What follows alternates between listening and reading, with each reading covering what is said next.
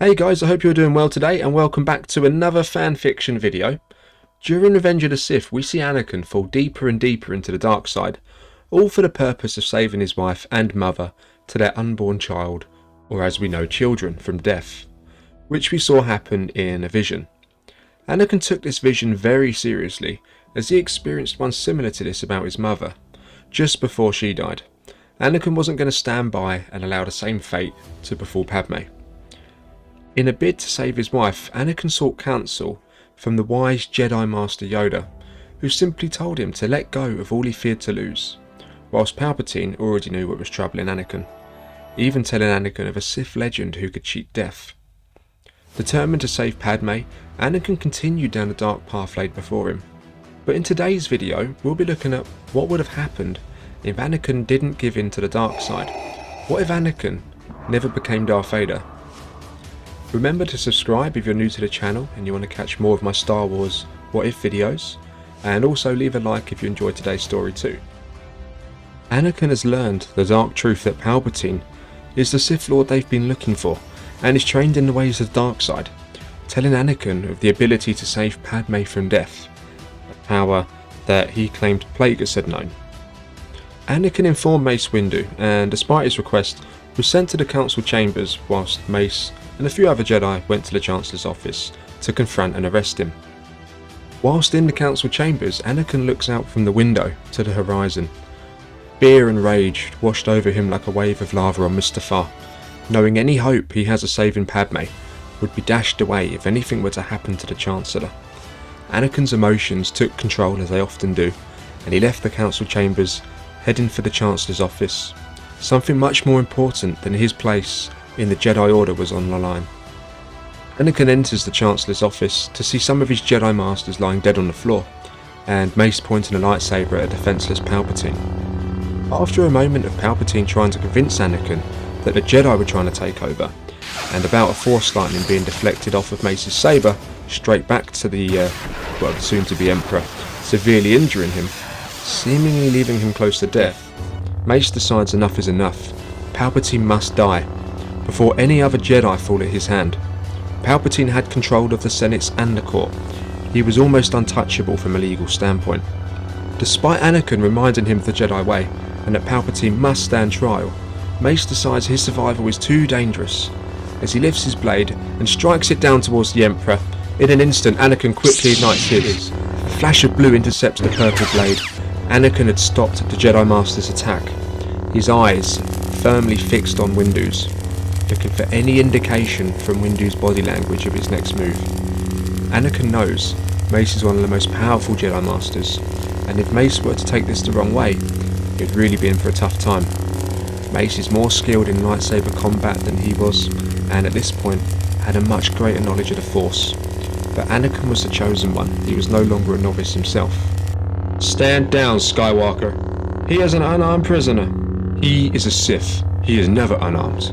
I won't tell you again. Now step aside. A smile creeps on Palpatine's face as he shoots another round of Force lightning directly at the distracted Mace Windu, sending him across the room, leaving the Jedi Master motionless on the floor.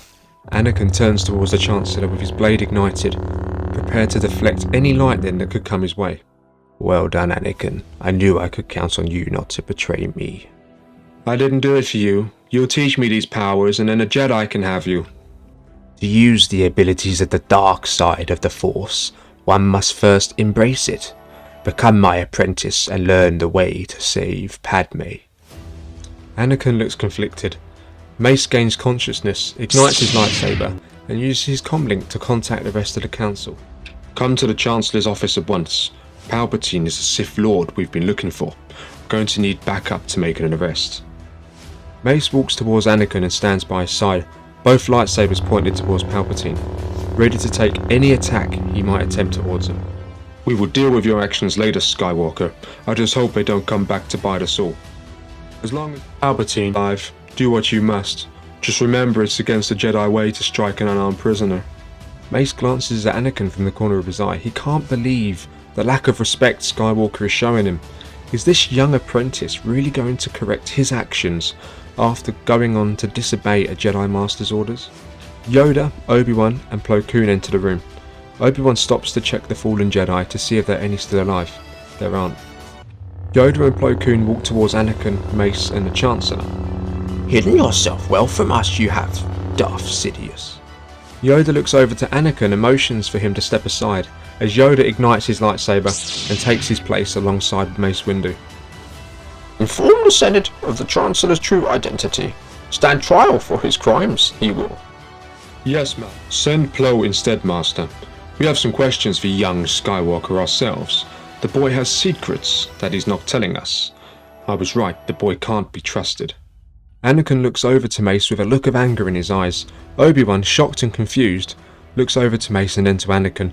He can sense the rage bubbling inside his apprentice. Come along, Anakin. We'll deal with this later. Palpatine knows he is outnumbered. There are too many Jedi for him to take alone.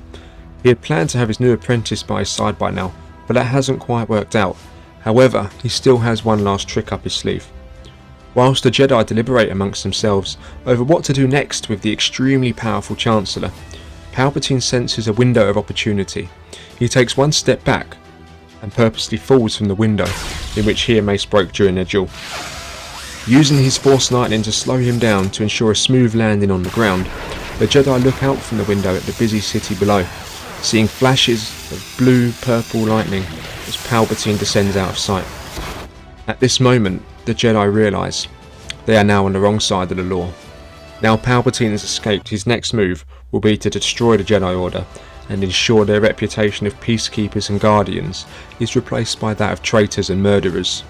As soon as Palpatine reaches the ground, he reaches for his handheld holoprojector from his pocket. Execute Order 66. The Emperor's command begins to rage across the galaxy, like a forest fire on Endor.